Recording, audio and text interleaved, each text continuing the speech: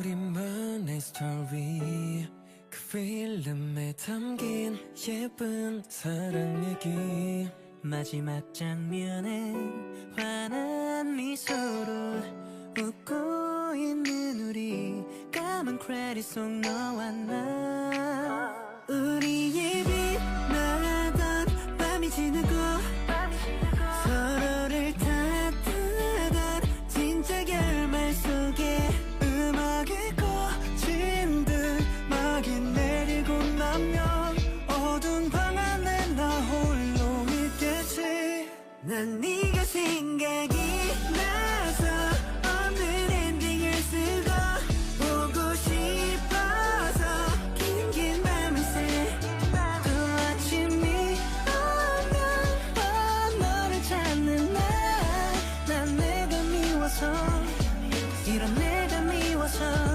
그래 Oh yeah 알아 사실 우린 갇힌 결말 눈물 속 별색 엔딩 그저 웃기만 했었던 날도 이젠 goodbye 매일 함께 걷던 그 동네 그 거리 폰에 남아있는 행복했던 우리와 사랑스럽게 나눈 말들 이젠 잊혀져 버리겠지 우리의 빛나던 밤이 지나고 서로를 탓하던 진짜 결말 속에 음악이 꺼진 듯 막이 내리고 나면 어두운 방 안에 나 홀로 있겠지 난 네가 생각이 나서 없는 엔딩을 쓰고 보고 싶어서 긴긴 밤을 새 또 아침이 오면 너를 찾는 난 내가 미워서 이런 내가 미워서 아직도 남아있는 너의 온기 널 추억하는 것만으로 좋아서 만약 그때 내가 널 품에 꼭 안았더라면 우리의 마지막 페이지에 텅 빈 인사도 조금 달라졌을까 난 네가 생각이 나서 없는 엔딩을 쓰고 보고 싶어서 긴긴 밤을 새또 아침이 오면 너를 찾는 난 내가 미워서 이런 내가 미워서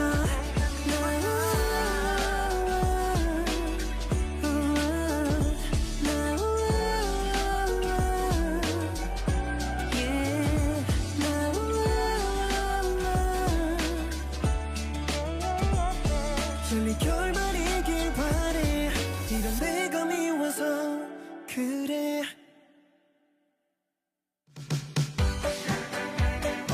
The Culture Rig. We're not listed on the stock exchange, but the value of K-Culture to the moon.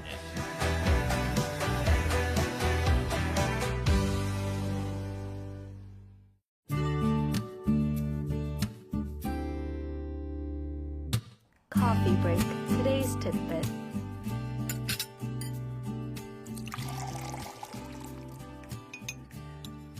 All right, it's time for coffee break. Today's tidbit with Angela Jung joining us in the studio. Angela, hello to you. Hi, SJ. Before we start, Angela, Yes. we have something to celebrate today. We do? Yes. What? So we got a little note earlier today saying from April 11th through April 17th, right? That timeline. Okay. And all of Arirang Radio, not just our show, every single show, Coffee Break Today's Tidbit, April 11th, Moonlight Palace Tour. Yes. Remember that? Yes, of course I do. Had the most number of hits. Wow. Number one listened to segment in all of Arirang Radio for that time period. Clap. Thank you. Thank you for tuning in, everyone. Oh, snap. Why? That is amazing. That is. I'm surprised. Of all the segments, of all the topics, Yeah. Moonlight Palace. People were Thank interested you. in Moonlight Palaces. I'll keep that in mind. That's right. And then our chief producer, Yes. I came to work and he was like, "Hey, did you see the note?" And then Yeah. he was like, Coffee Break, today's tidbit, was number one most listened to on that week. And it was like, who's responsible for that segment, right? And I was like, I am.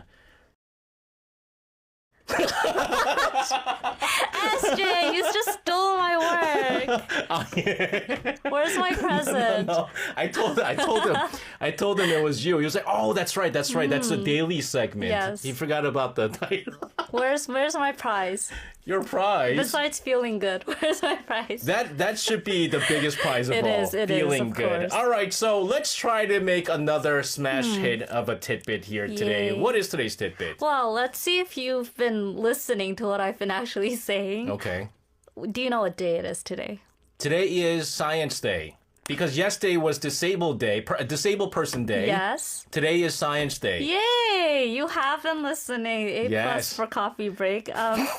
We touched on Science Day last Friday.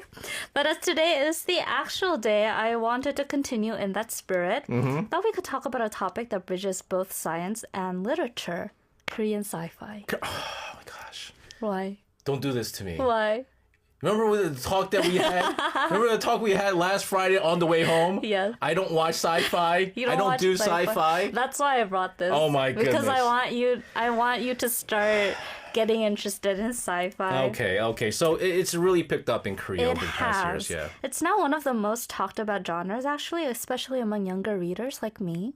But while it might feel like a recent trend, Korean sci-fi root actually stretches back over 100 years. Again, going back to when you were talking about Science Day last week, you were Yes. talking about like science fiction being written in a magazine, right? It was was it in the 30s? It was Yes. the 30s. Okay. Good memory. So in the 1930s, sci-fi stories were featured in a magazine called 과학조선, Science Joseon. But in fact, Korea's first read sci-fi stories are back in 1907. Like really back. It was actually a translation of Jules Verne's 20,000 Leagues Under the Sea that appeared in a journal for Korean students studying in Japan. And in 1924, here's what's really interesting. In 1924, a play R.U.R., by Karol Kapek, a Czech writer who coined the word robot, was serialized in journal Kebyok, which means the dawn of civilization in Korean, and I thought that was really interesting. So there was robots. They've been Yes. reading about robots since back then. Yeah, isn't that really cool? That's pretty cool, Yeah. actually, yeah.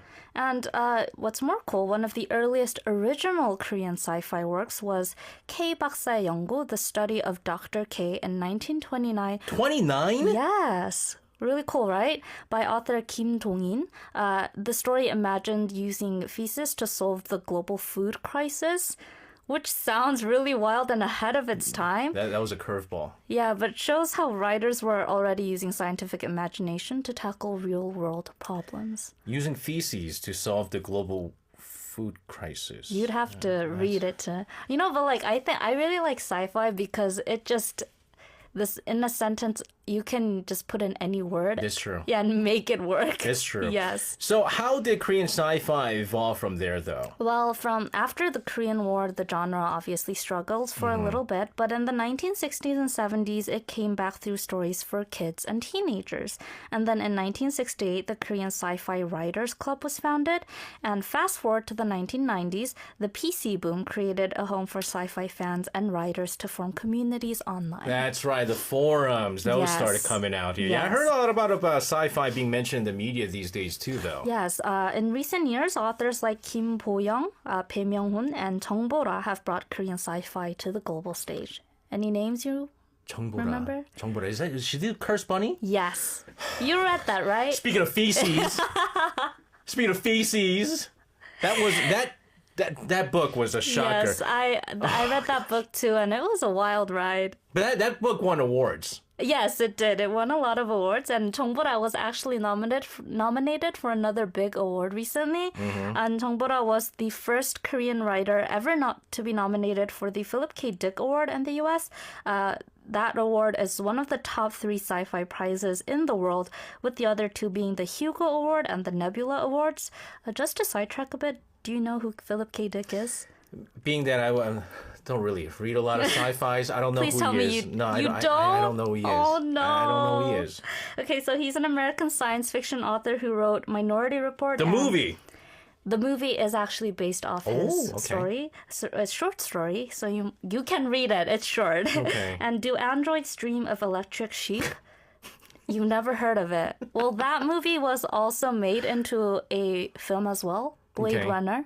Oh, okay. Yes, Blade Runner in 1982 starring Harrison Ford. So he's a huge name in science fiction, and it's really huge that a Korean author like Chung Bora was even shortlisted for the awards. So, yeah, okay. So, Cursed Bunny, I don't know if you guys ever watched this. I mean, I've read it, but I read half of the book. It just gets weirder. I know it can't beat the first chapter. Well, yes, the first story. short story is a shocker. No, yeah. But let's talk about, what was it? She had another book that was nominated, Yes, right? the nominated book this time is called Your Utopia, 너의 Utopia. I have that. A collection of, you have it. I bought it, and I didn't read it after I'm reading Cursed Bunny. Well, it's better. Okay. Well, in my humble opinion, Okay. it's a collection of short stories as well, translated by Anton Her, and it was the only translated work among the 6 nominees for the award this year. She didn't win, but her presence alone really made history. Very quickly, what was Your Utopia about? Well, I'm also planning on reading it soon, so I haven't read it. Okay. The title story takes place on a desolate planet abandoned due to a pandemic, and it's a story about a smart car that carries a broken humanoid robot and wanders the landscape. That's not going to help me want to read that book. Made It Up says, Esther, have you been in jail for a large chunk of your life? If I was, I probably read all the books, but I didn't. So, True. maybe prison's going to take me. It takes prison for me to start reading books. We're going to continue to talk about sci-fis here in Korea, but first, let's take a listen to a song here from Islet. This is Midnight Fiction. 하루의 끝침대 위로 쓰러져 잠들기는 좀 아쉬워 감았던 눈을 살포시 다시 또 시작된 my teenage dream 어느새 내 몸이 새가 된 듯 날개도 없이 떠올라 전보다 작아진 집 It's like 거다 바람이 소린 my favorite song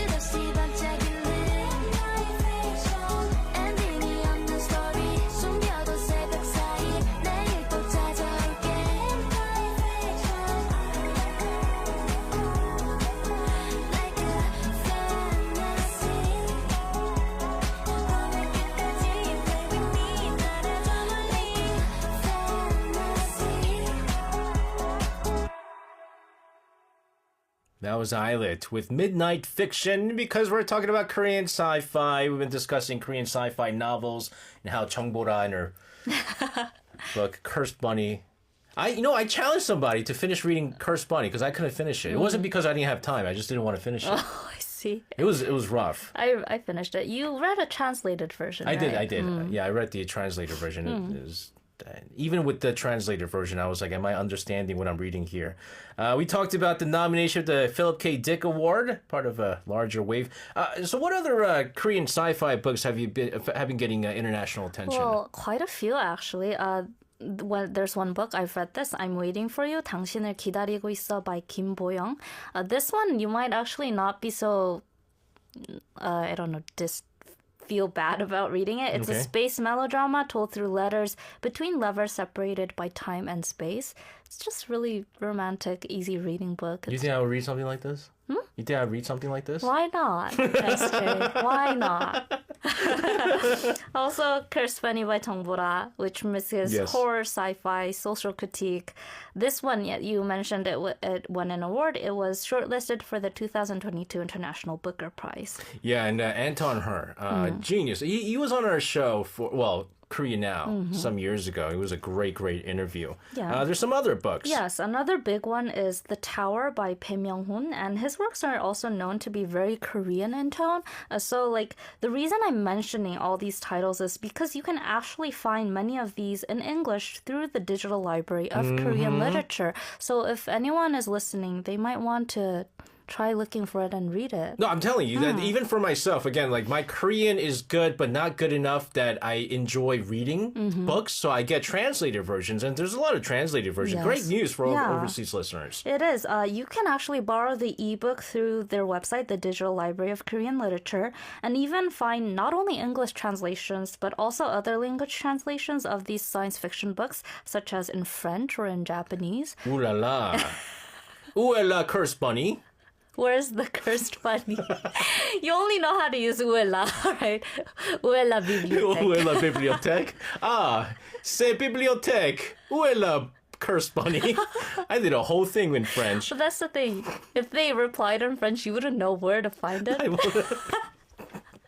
So, what do you think since you've read, since you're cultured and I'm not? That's the running joke right now. Everyone's going off calling me uncultured right now, which half true, half true. What do you think is the charm of Korean sci-fi? Well, I really like science. As I mentioned at the start of the show, I really like science fiction because, it just brings out of this world elements and makes it work. It really just nudges your creativity, your imagination. And I think Korean sci-fi is really unique because it often mixes technology with social issues, family, but also, very Korean aspects like traditional myths. We were talking about on Eugene's segment, Moving. That's like sci-fi. Yes, and it has family embedded in it, right? So they touch on Korean aspects and make it not you would think sci-fi is for Western audiences, but it can make it Korean. And for instance, author Kim Bo-young often links Korean's traditional mythological subjects with sci-fi and social issues. And fun fact, she even worked as a science consultant on Bong Joon-ho's Snowpiercer, the film. So, you can see science fiction authors working a lot of, cultural ways. I've watched every Bong Joon-ho films that are not sci-fi. Oh my God. So Mickey 17, So you haven't watched Snowpiercer? No. I can't do sci-fi. We've talked about this. But aren't a lot of his works science fiction? No, not... Well, I mean, would you call Kimur science fiction? Yeah. Is it? The Kimur is made because of a science mishap. All right. That's as sciencey as I can get when it comes to sci-fi stuff. But how do people in Korea refer to the genre? Is it sci-fi? No. Oh, so the term sci-fi or SF stands for science fiction, but in Korean history, the label shifted. In the early 1900s, it was called science novels, 과학소설. Then later, science fantasy, 과학환상 in North Korea, and science fiction or imaginary science, 공상과학소설 in the South. Imaginary science. Yes, imaginary science. Even the name shows you how the genre really evolved, right? Yeah, and now new young writers like Kim Cho-ya, Chun Sun-nan are being recognized globally. Their works are getting translated, adapted into dramas, or even sold for international film rights. There you have it. Well, good stuff here. And again, I challenge anybody out there to read Cursed Bunny. It's an interesting read. You'll understand why I'm scared of sci-fi. The one time I actually try. Angela, once again, congratulations. Have a great. Thank you. Our producer said he's gonna give you a prize outside. He'll know Okay. you what the prize is Okay. outside the studio. But anyways, have a good one. We'll see you again tomorrow. See you tomorrow. Sending her out of the studio. Let's take a listen to a song here from 80s with Utopia. Heart of my life 찾아 헤매던 그곳은 널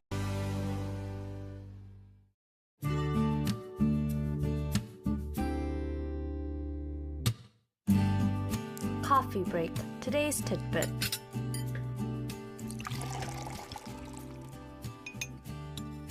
It's time for today's coffee break, today's tidbit, and joining us in the studio, back in the studio from her well-deserved vacation. We gave her the day off because she's a click magnet. Angela, hello to you. Hi, SJ. How did you like your 포상 휴가? It was good. Yeah? Thank you. Yes, I appreciate it. How do you like this pillow? I can't say I appreciate it as much as my day off. It is something. It is a sight. I am lost for words. Yanguren wants it. He wants to take it to Shanghai. You're crazy. You know, I actually had to order that. Oh, you ordered this? Yeah. So you had to put the pictures and Yeah, everything? I had to contact them, and the whole while I was talking to the manufacturers, I was like, I wonder what they're gonna think of What me. is going on here? Yeah. Question. Yes. Because we're talking about books. Your favorite book of all time? My favorite That's a hard question. Of all time? Yes. Well, a book that has never left my bookshelf is The Odyssey. The Odyssey. Yes. I just love it. The funny thing is, I told her, I was like, the hardest book that I ever had to read was The Odyssey. And then I was like, cancel. The Epic of Gilgamesh. And I told them, like, those are two different civilizations. How do you mix them up? I tried to sound very cultured, and I sounded like an idiot. I said this because it was a Sunflower Sky. It says my favorite old book is a poem called Beowulf. That is old. Yes. But modern, I got into the Outlander series years ago, and got even more, a couple books autographed by always autographed books are good. Books are always a fun topic. All right, random tidbit. Today, what are we going to talk Well, about? today's tidbit isn't about books, but it's a heartwarming story. I thought, Oh, good, I think good, we good, need good. them. We do. Do you remember the Ice Bucket Challenge? I do. I took part in it. Oh, really? Yeah. I took part in it, and I also did it. Yeah, because you also have to recommend it to other people, and then I sent it over to a couple of my pro athlete friends here in Korea, and they did it too. So it was cool. Yeah. So for those of who don't know about it, the Ice Bucket Challenge was a viral campaign where people dumped ice water on themselves, and it was a campaign to raise awareness for ALS or Lou Gehrig's disease. And the reason I'm mentioning this is one of the key people behind the campaign in South Korea was Sean from Jinushan. And after more than a decade of effort, he just fulfilled a dream he shared with his late friend, basketball player and coach Park Seung-il. On March 6th, Sean officially opened the world's very first ALS care hospital. Yeah, I actually I read about this. I read about this, and it's a very touching story. Yes. But it's also very sad because unfortunately his friend Park Seung-il was not around to see the opening of the hospital. But this is quite a surprise. It's the first in the world. Yes, I was surprised by this too. So the first ALS care hospital, not only in South Korea, but in the world, is called Singil Hope Care Hospital, Singil Himang Yoyangbyeon, and it's located in Yongin, Gyeonggi-do Province. The reason it took so long for it to build was because it cost over 23.9 billion won, about $17 million to build, and it was built by donations and, a lot of people caring for it. If you guys don't know, Jinu, speaking of, IU being a donation fairy, Jinu is like the original donation fairy. He does a lot to not only donate, but do a lot of events to get more donations coming in. But this is a big amount right now. Let's talk about how he managed to build this hospital. So Sean and Park Seung-il co-founded the Seung-il Ho Foundation back in 2011 to make it happen. And now, 15 years later, it's real. Well, the hospital is special because, from the design to the care philosophy, everything was made with ALS patients in mind. For instance, like the windows are really, really huge, and that's because ALS patients can only communicate through eye movement. Oh, I didn't know that. Yeah, and because they can't move their body. So, like, to give them a view of the outside, they made the windows very big to help them see the outside world. And there's also a garden, so patients can, feel the breeze, go outside. The rooms are very spacious, and the bathrooms or beds are designed so patients can be bathed without even leaving their beds. So, like, comfort was the priority when building this building, and that's why it took so long to build. And the level of thoughtfulness, I mean, is Yes. incredible. Yes, every little detail. The hospital has more than just, medical spaces. It's really a place where these people can, live their life. There's a small auditorium where Sean plans to hold cultural events for the patients. So, like, apparently 10 beds at a time can go into the auditorium for private performances. And he made sure that there are also resting spaces for the staff as well because, happy staff makes happy patients and happy Yeah. people. So Apology here. I said Gino. Sean is the donation fairy Yes. that we're talking about. Gino is the other the Kyopo guy. But again, this foundation, right? 승일 희망 재단. 승일 Yes. obviously after his 박승일, friend, yes. right? And let's talk about who Park Seung-il was. so Oh well, before that, before this? I mean, sorry, I was looking at. I can't do two things at once right now. it's okay. This cost so much. Yes. This hospital cost so much to build. Let's talk about some of the people that helped fund this Yeah, project. so like you mentioned, donation fairy IU. IU was also part of it, but like besides that, around 350,000 people donated over the years. For instance, G-Dragon donated over 100 million won, 1억 won, to help build the building. And you mentioned Sean being a famous donation fairy. He's also famous for his running crew. Yeah. And he also regularly holds marathons to raise awareness and gather donations. And members of his running crew, like actor Cho In-sung, footballer Lee Young-pyo, also donated. And I thought this was really incredible. Sean and his wife, actress Chung Hae-young, donated more than 7억 won, so 700 million won over 13 years. And Sean himself, he works at the foundation, but he himself never took a salary from the foundation. No, he does generate a lot of the donation from his running that he does. Yes. He even does every August 15 on Independence Day, Liberation Day. He runs 81.5 kilometers. Oh, wow. Not even 8.15 kilometers. 81.5. I didn't know that. That's more than a marathon basically, and so he does that all the time. And when speak of marathons, like when he built this hospital, he ran 41.2 kilometers to the hospital in memory of Park Seung-il's friend. Also, he did it in memory of his friend and, to raise awareness again. Yeah, and speaking Yeah. of which, let's talk about his friend Park Seung-il, right? Well, Park Seung-il was a former basketball player who played for Yonsei University and Kia Motor semi-pro team. But later in 2002, he was diagnosed with ALS and he battled it for 23 years. Wow. And so now the foundation is named after Yes, him. so Sean read Park Seung-il's book years ago, and it was written using just an eye-tracking mouse because by the time he wrote the book, Park Seung-il could only blink. And in that book, Park Seung-il said his dream was to build Korea's first ALS hospital. And so Sean, he said at the time he had about 1억 won or 100 million won saved, and he just immediately donated all of it to help Park Seung-il's dream. And that's how their friendship began. Yeah, and as I mentioned, unfortunately, though, Park Yes. Seung-il did not live long enough to see the opening, but the memory of him still lives on. We're going to be continuously talking about these, again, heartwarming stories of, again, Sean, not Gino. But we're going to put them together and listen to a song from Gino Sean, Tell Me, 말해줘.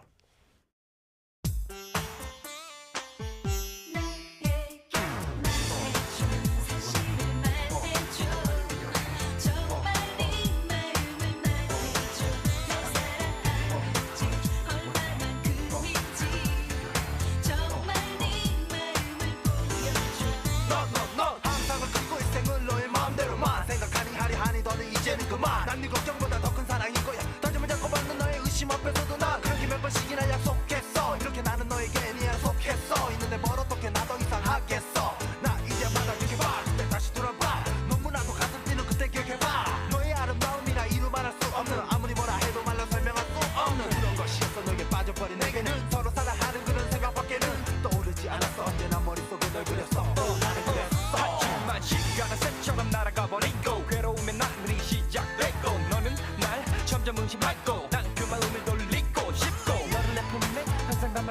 1999년 끝나까지도 곁에 있겠어 아직 모르겠어 You and me forever 나 약속하겠어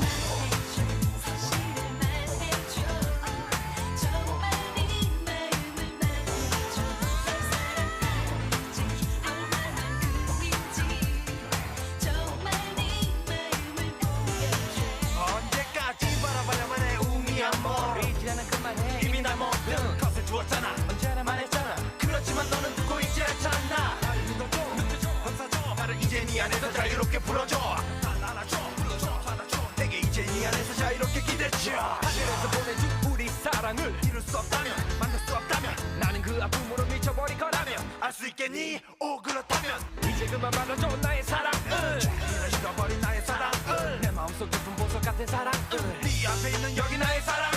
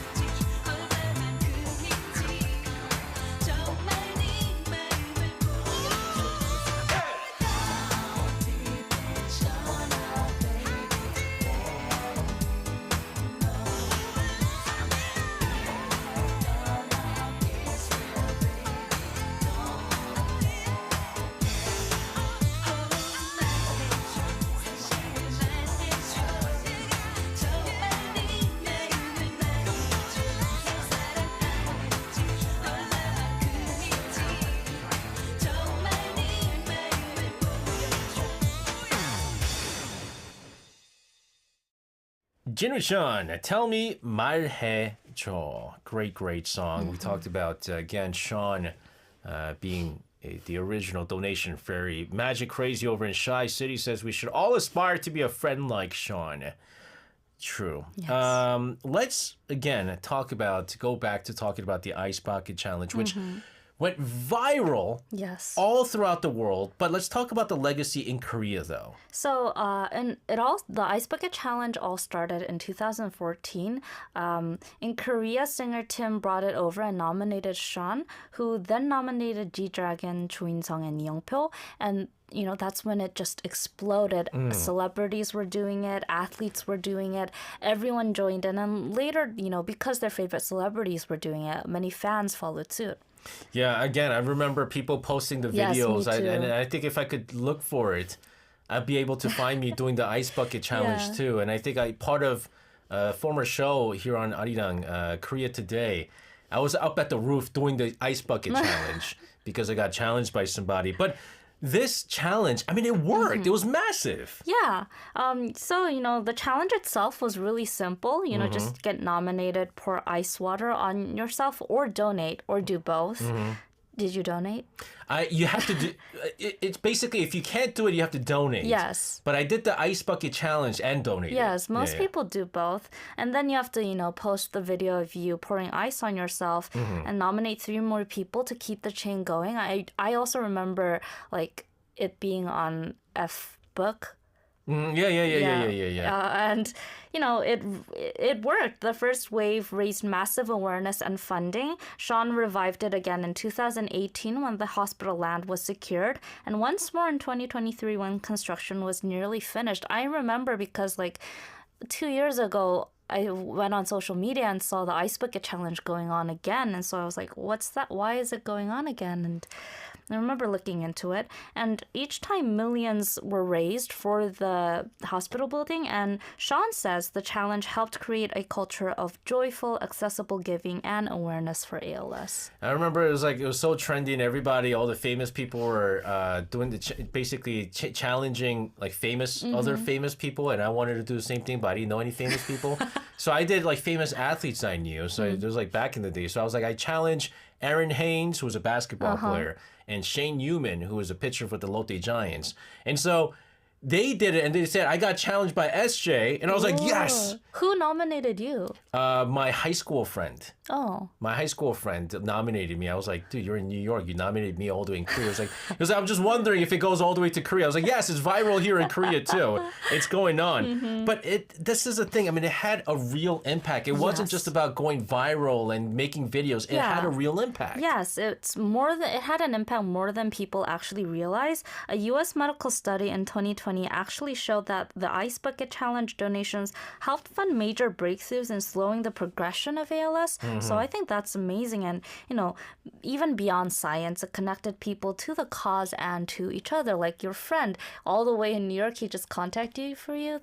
He contacted you for that? He posted up a video on FBook and then tagged me and said, look, you've been challenged. And so, that's what it is. But here's the thing, but this isn't the end, right? I mean, it happened over 10 years ago. Yes. And we're in 2025. Magic Crazy says, meanwhile, the 2025 Ice Bucket Challenge is that guy dipping his face for his morning routine. You know what that is? Yes, I do.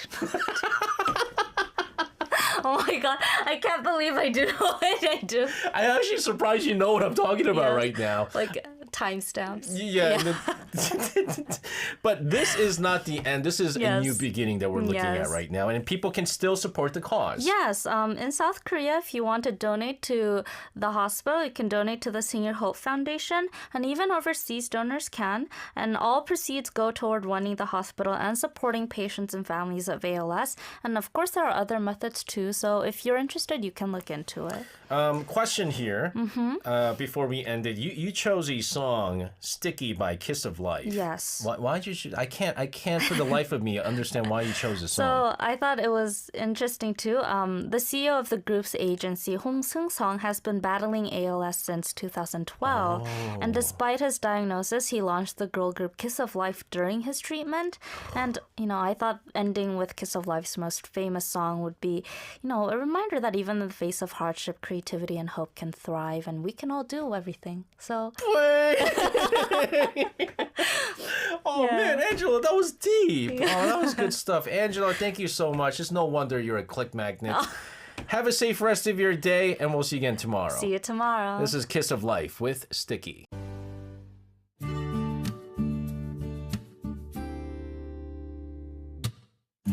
Coffee break. Today's tidbit.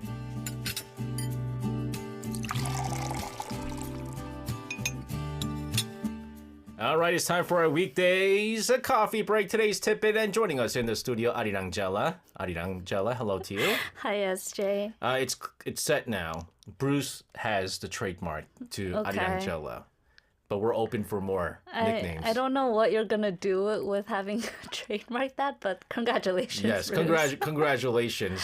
I wish you guys can, if there could be like a separate podcast or an episode on things that go on before Angela comes in and like the mics turn on, stuff in that brief like 2-3 minutes stuff that we talk about. If that could ever go on air, it would be a click magnet. It would be fun. It would be very fun. It would be the greatest click magnet ever. It's the greatest show ever, but you guys can't hear it. Yeah. It's you can't hear it. I just know it's very, very fun. Well, let's just leave it at that. What random tidbit do you have for us today? Well, let me start with a question. Oh, okay. Have you ever been inside a building that felt like stepping back in time? Oh, all the time. Oh, really? Oh, yeah. I mean, I went to Prague for my honeymoon, and then I went to that Prague castle. Oh, yeah? That seemed like a very old place, so I stepped back in time. What about in Korea? In Korea, well, you have the palaces. Yeah, sure. What else is there? Yeah, I mean, there's some places where it's like it's so old that you seem like you're going back in time. Why do you ask? Well, today's tidbit is about something new but deeply rooted in the past. It's about a 90-year-old building in the heart of Seoul that just reopened with a new life. Have you heard of the Heritage? No. No. It's a 90-year-old building, but it's called the Heritage? Yes. The English name? Yes. And in 90 Korean. Oh, in Korean. In Korean and in English, it's called 더 Heritage. 90 years ago, someone decided to name a building called the Heritage. It got a makeover. It's a new Okay, name. but what So- exactly is this? I've never heard of Okay, this. so the Heritage is a cultural space that just opened in early April inside the old 조선저축은행 or Joseon Savings Bank building. It's right next to the Shinsegae department store in Myeongdong, so like it's really in the heart of Seoul. I think I know where that is. So it's a cultural space. Yes. And not just another, I mean, you talk about Myeongdong, it's like fancy shopping center and stuff like that. It's a cultural space. Yes, it's a fusion of history, culture, and retail, so a little bit of shopping. If you go to Myeongdong, you can't escape. can't leave no, out you shopping. Can't. You can't. You really Yeah. can't. All right, so how does it fuse history with retail? So, like, as I mentioned, this building has a really deep and layered past. Quick history session Okay. regarding the background of the building. It was originally the headquarters of Joseon Savings Bank, which opened in 1929, and the construction of the 5-story building was completed in 1935. And at the time, it was Korea's first savings-only bank and played a big role in Korea's early financial infrastructure. So it's important in that way. And after Korea's independence from Japanese colonial rule, it went through several name changes, eventually becoming 제일은행 or 제일bank, and stayed a bank until the 2010s. So like nearly 90 years of continuous use. Oh, so it was actually in use. It was used. You know, you've been to Myeongdong, you see the old building. Yeah, right yeah, next- yeah, yeah, yeah. That's the building we're talking about, and it was used. So the cool thing about Myeongdong, again, like you said, like, Myeongdong is known as a huge shopping district, Yes. but there's also a lot of banks there. Yes. And so the central bank is located near there, near Myeongdong, not Myeongdong, but near there. Right? It's in Yes. Chongno. And there's like other big major like headquarters, bank headquarters Exactly. located there. But what happened in the 2010s though that they so- finally closed or something? Yeah, so when Shinsegae bought the building back in 2015. Capitalism. But like they spent 10 years restoring it to its original 1935 glory. And they worked with preservation experts like Korean artisans, heritage committees to keep it as historically accurate as possible. So not just the corporate. I apologize. Yes. I jumped the gun there. I thought it was one of those, capitalism moments where, big fancy conglomerate buys it and turns into like a fancy shopping center. But, okay, renovation happened. So they basically turned an old bank into like a modern destination, but at the same time preserving what it was, what it looked like exactly. Back in the 1920s. Yes, and they put a lot of effort and a lot of care into it. So the building itself is a registered cultural asset. In fact, it's Seoul City's designated cultural property number 71. And it was originally built using Korean granite and designed in the neo-Baroque style, which was rare in Korea back in the 1930s. And now they've brought that elegant 1930s architecture back to life. So it really stands out between all these very modern, skyscrapers. Yeah, one thing that I always talk about is like, there are parts of Seoul where you see 1,000-year history and the modern Korea at the same area. Yes, like Gwanghwamun. Gwanghwamun is one of them. If you go to like Koex, Samsung Koex, Yes. you see the 1,000-year-old temple, 봉은사, and then Yeah. right behind it are all the skyscrapers yeah. and things like that. And so this is one of them. This is pretty amazing. So they Yeah. basically kept all of this intact and they renovated everything, made it look like exactly what it was 90 years ago. Yeah. Tell us all about this. So, for instance, the ceiling on the first floor is covered with rose-shaped plaster ornaments called rosettes, and it's like one of the most intricate examples of early Korean decorative architecture, and they kept that all intact. So there's a luxury C store on the first floor. Capitalism. I knew it. I knew it. No, but it's it's a special C store because those rosette ceilings were left untouched, and so. Are you okay? Yes, I'm sorry. I suddenly had to cough. Okay. The store had to work around the historical structure, and it's actually probably the only C store in the world with a 90-year-old plaster ceiling. above it. Channel, guys, channel. Channel number 5. Channel number. Yes. Oh, wow. 90-year-old plaster ceiling above this. But again, Yes. Capitalism, channel is retail. Yes. But That's heritage, high fashion in one. Yes. What else is inside this building? So this one is actually really interesting. They restored the original elevator from 1935. I don't want to get on that though. Well, we always take an elevator up to the culture ring, but Yeah. But it's this 1935 original elevator isn't digital, so sure there's it's no not. screen or voice telling you what floor you're on. And instead, the floor numbers light up on an arched brass plate. Yeah, what you see on movies. Yeah, Yeah, and it's tiny. Only 3 to 4 people can fit in at once. So it's like, I think this is really like stepping into a time capsule. You remember I told you in our random chats on their drive, one of my favorite movies is Budapest Hotel, Grand Budapest Hotel. Yes. You know, like the whole. Yeah. Is it like it's probably like yeah, that, right? that aesthetic. I want to try it. I don't, but okay. It's scary. Yeah, and on the 4th floor, they even uncovered the original wooden beams, arch-shaped columns, decorative walls that were hidden behind modern office drywall. And so that space is now the Heritage Museum where they will hold exhibitions. For our producer, Faz asks, can a photo of that building be shown on the screen now? I am suddenly curious about this building right now. So if our producer can find a picture of, this is what they turned into, what is it? It's called the Joseon 저축은행, yes, right? it was in the past. It was in the past and they just renovated it. So our producer right now, he's busy typing. He's a slow typer, so it's going to take some time. But Sorry, I didn't prepare a photo. yeah, in we'll have the advance. photo for you, Faz, in just a bit. But they even have, again, going back, exhibitions here. Yes. Yeah, so the first exhibition is called Myeongdong Salon and explores the streets and culture of 1950s and 60s Seoul through the lens of 3 photographers. This exhibition opened on April 17th, and I think it's a really unique way to connect Seoul and, Myeongdong's past and present. Even the word salon Yeah. has that, like, It's very very nostalgic, right? Did you know, Angela, that before this show became The Culture Inc., one of the candidates for the name was Seocho Salon. Oh, Salon. yeah, I remember. and I said I vetoed it. Yeah, me I too. said no thanks. Yeah. But anyways, let's talk about more about this. And we talked about how a major conglomerate purchased this, and Yes. let's talk about what they did with this. Well, so Shinsegae wanted to create a place that brings together Korea's modern shopping experience and its cultural history in one stop, not just for locals, but for global visitors as well. And so according to them, the building itself is now a symbol of the most Korean thing becoming the most global. It's just a catchphrase they sent out, but I think with a lot of foreigners visiting Myeongdong, it might actually be true. The most Korean thing becoming the most global. It's like BTS. Wait, BTS and Kim come in. Or Psy, Gangnam Style. The most Korean thing becoming global. We'll continue to talk about the heritage, but first let's take a listen to a song here from Vix with Time Machine.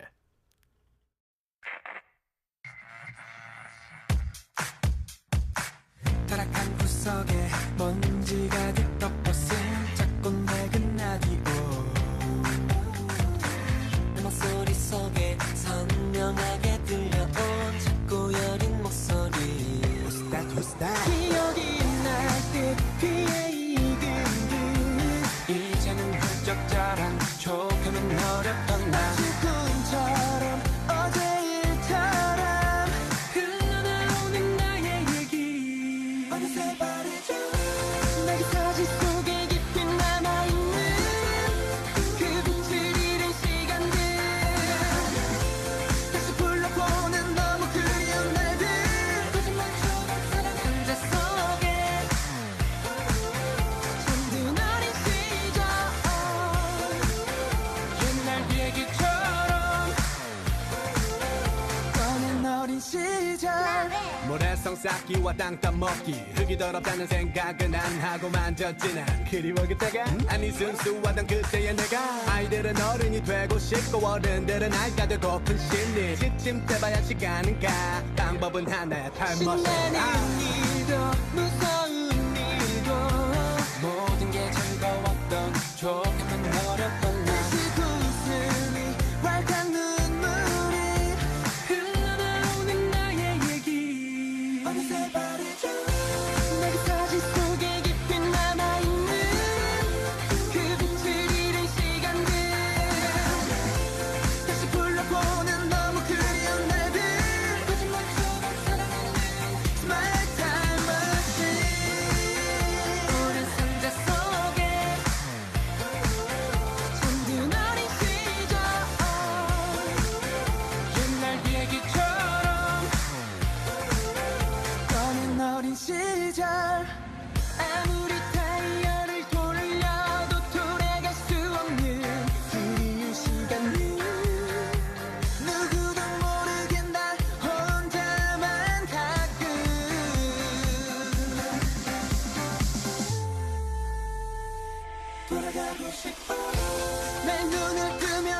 설레는 아침 늘 꿈을 꾸며 잠든 밤새 신난 놀이동산 롤러코스터 같은 그대로 다시 가고 싶어 My time machine 우린 상자 속에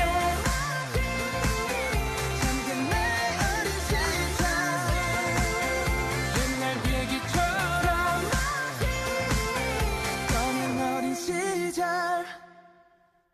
All right, that was Vic's Time Machine, because we talked about going back in time here. I think our producer is having a tough time finding the photo. Angela, you were saying that you had a hard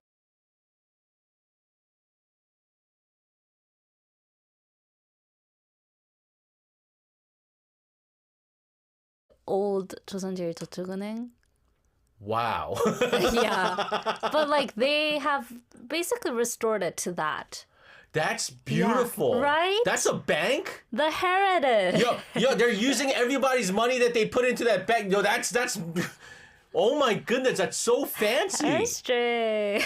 That is a fancy looking bank. It's, but you know, like in the past, a lot of buildings, like modern buildings, were built in that way. Yo, I think he found the pictures. The current. Oh my goodness. Yes. So they basically restored it back to its like old glory. Does that say it says Shinsegae on the top? It's been capitalism Well, is. they can't help it. You should see the before. They have like the bank name on it, SC. It looks beautiful though. Right? It looks. I mean, it like I would not. You have to have the channel store in the first floor for this. Yeah. It looks like it. It Like fits. it looks like it. Yes. It looks like it. That's amazing. Yes. All right, let's talk more about the heritage, right? This fascinating cultural slash. Yes. So like that was the outside we saw, and what's inside is also very cool. On the 5th floor, there's a space called the Hans of Shinsegae Heritage. They put in their name there, but it's really cool because it's all about Korean craftsmanship. You can find rotating exhibitions that focus on Korean traditional materials, art techniques, and lifestyle. So these exhibitions really help preserve Korean culture. And the current theme is 보자기. Do you know? Oh, yeah. I know what it is. It's Yeah. like wrap. Yeah, the traditional Korean wrapping cloth. Yeah, and that exhibition will continue until June 15th. The exhibition aims to explore the symbolism and artistry behind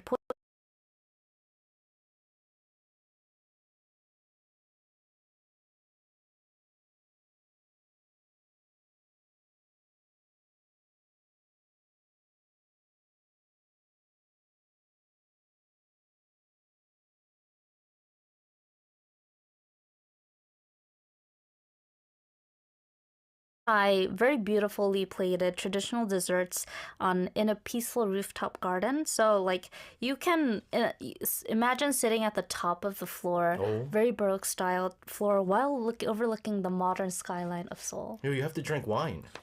Well, I'm not sure if they'd sell wine, but it would be a good idea. Why? Because the CEO of Shinsegae is a big wine connoisseur. It just feels like very like Polina says, very posh. It's very posh.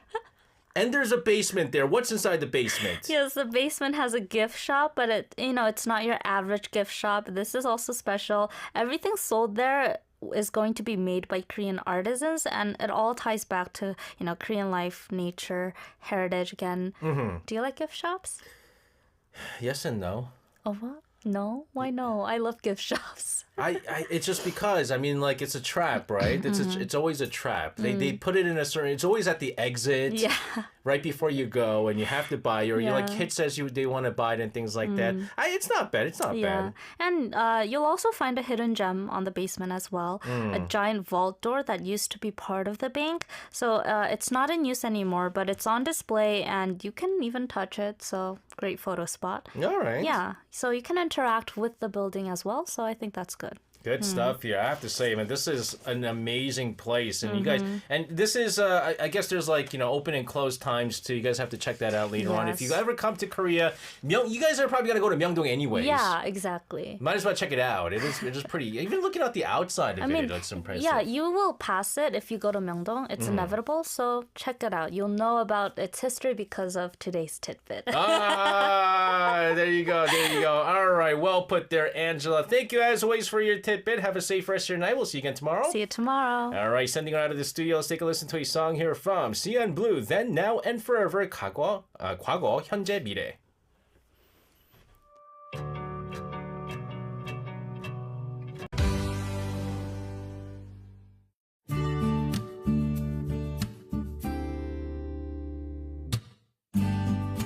Coffee break.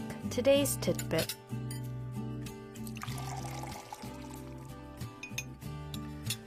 It's time for today's coffee break. Today's tidbit with Arirang Jella, apparently the queen of Culture Inc., joining us in the studio.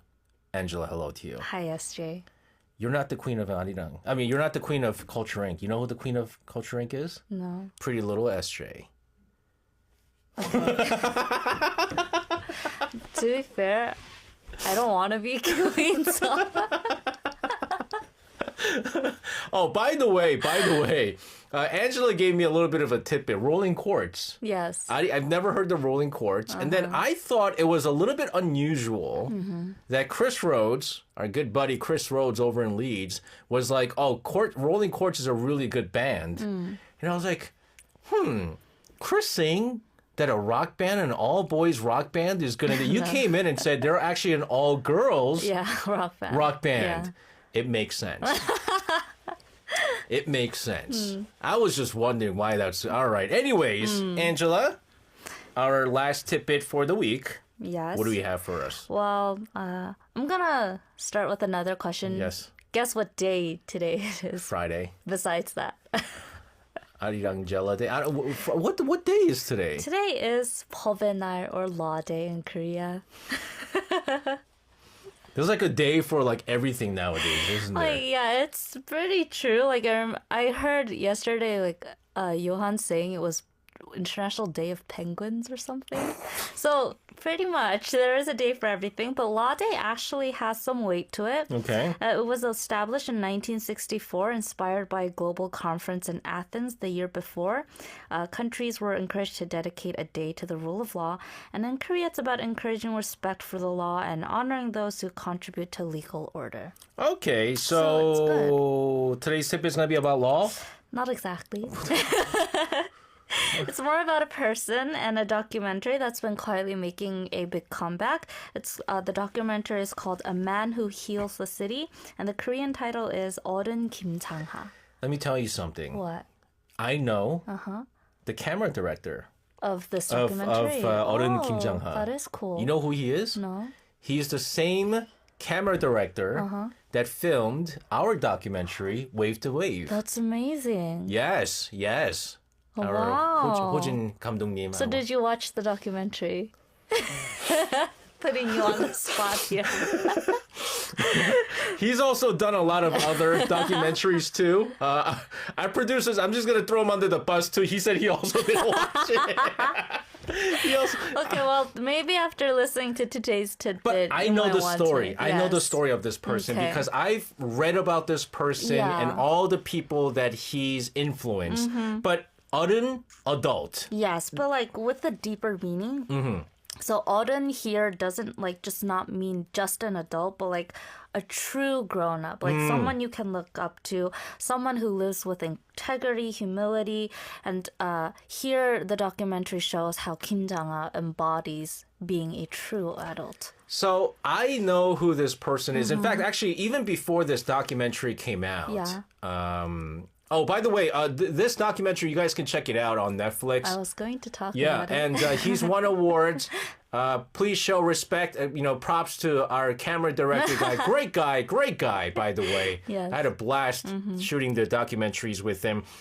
I know who he is and what makes him so special. But again, for our listeners out there, it might be the first time Yeah. hearing this name, Kim Jang-ha. What makes him so special and respectable, most importantly? So Kim Jang-ha is a 81-year-old man who ran a herbal medicine shop or 약방 in Korean in Jinju for nearly 60 years.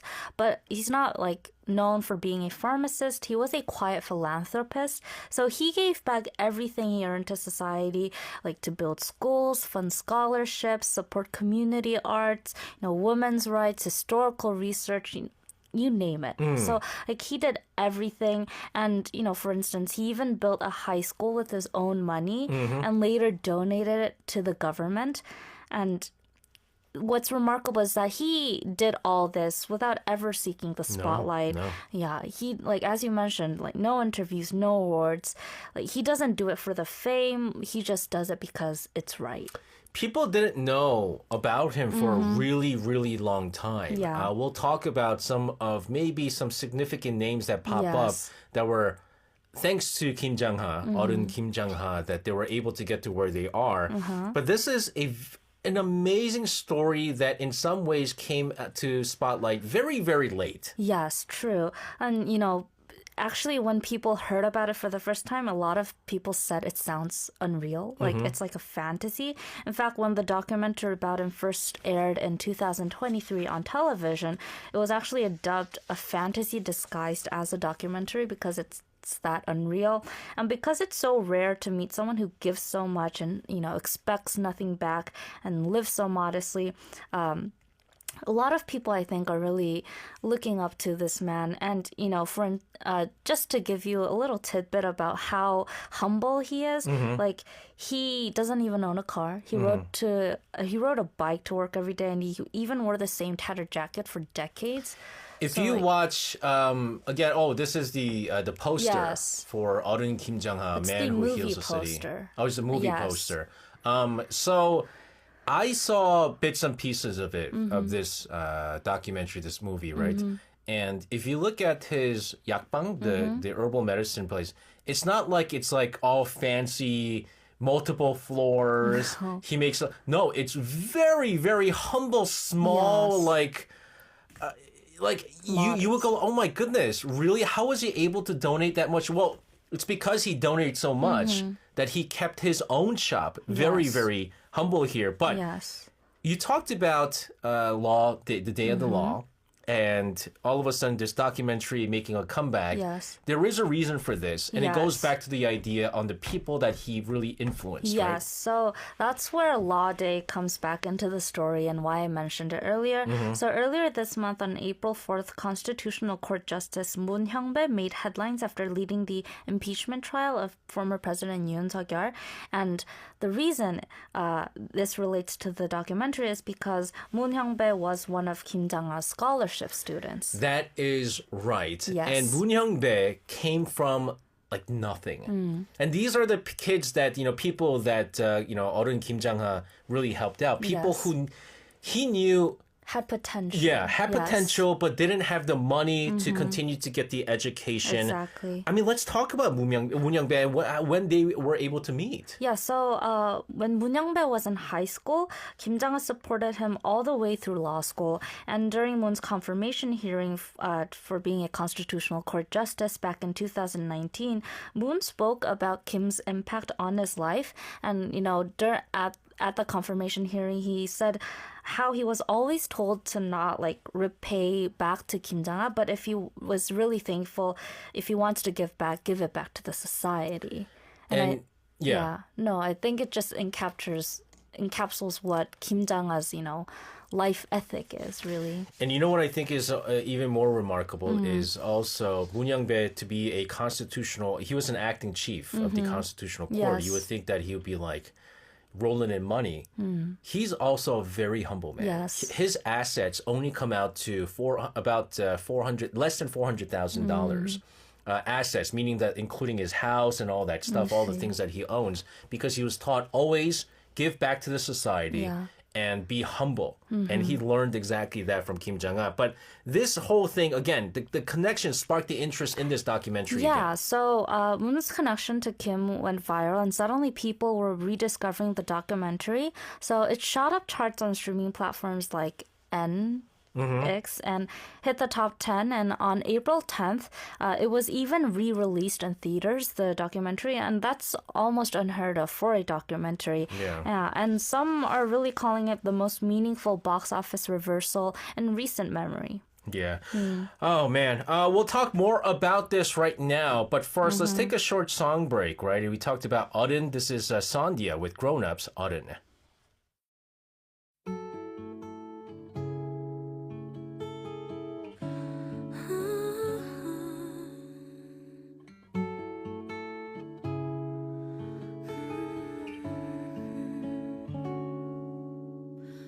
묻어난 하루 끝에 돌고는 눈물 난 어디를 향해 가는 걸까 아플 만큼 아팠다 생각했는데 아직도 한참 남은 건가 봐 이 넓은 세상에 혼자인 것처럼 아무도 내 맘을 보려 하지 않고 아무도 눈을 감아보면 내게 보이는 내 모습 지치지 말고 잠시 멈추라고 갈 것 같지 않던 짙은 나의 어둠을 나를 버리면 모두 갤 거라고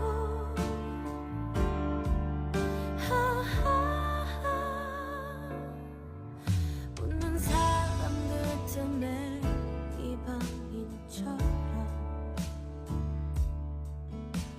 혼자만 모든 걸 잃은 표정 정신없이 한참을 뛰었던 걸까 이제는 너무 멀어진 꿈들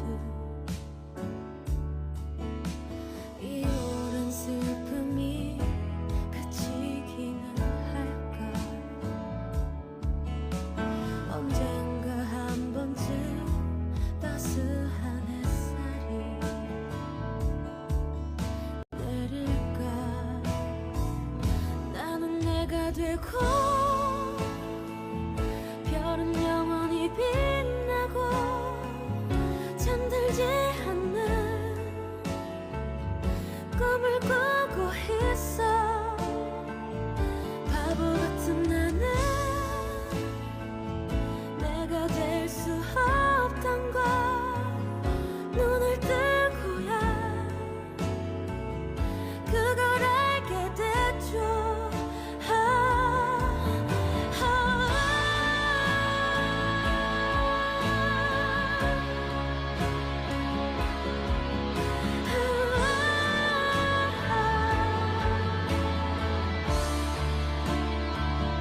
나는 내가 되고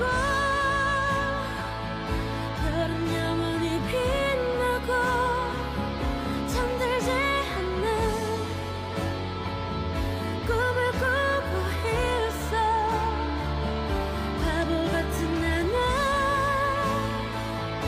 내가 될 수 없던 걸 눈을 뜨고야 그걸 알게 됐죠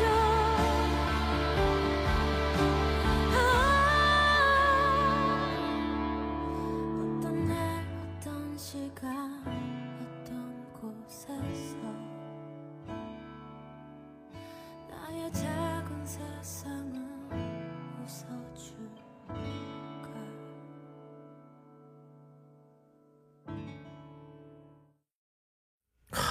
Sandia, Arirang, Great Grown song. Up. I did not know that this was the title for. This is the original soundtrack for 나의 아저씨. 나의 아저씨. Yes. Thank you for the title because I messed up last time.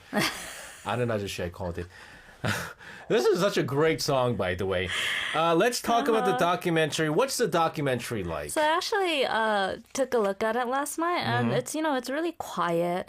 There's no flashy editing, no dramatic music. In fact, the director specifically avoided orchestral music to really match Kim Jang-un's humble nature. And what's really interesting is Kim Jang-un never agreed to be filmed. The whole thing is, in fact, pierced together with interviews of the people around him. He does come out only like parts, right? Like him, like opening, putting up the shutters and stuff like that. So he didn't really give interviews. No, not directly. And, I think that's part of the charm of this documentary because you learn about him through the people he's touched, like the teachers, the students.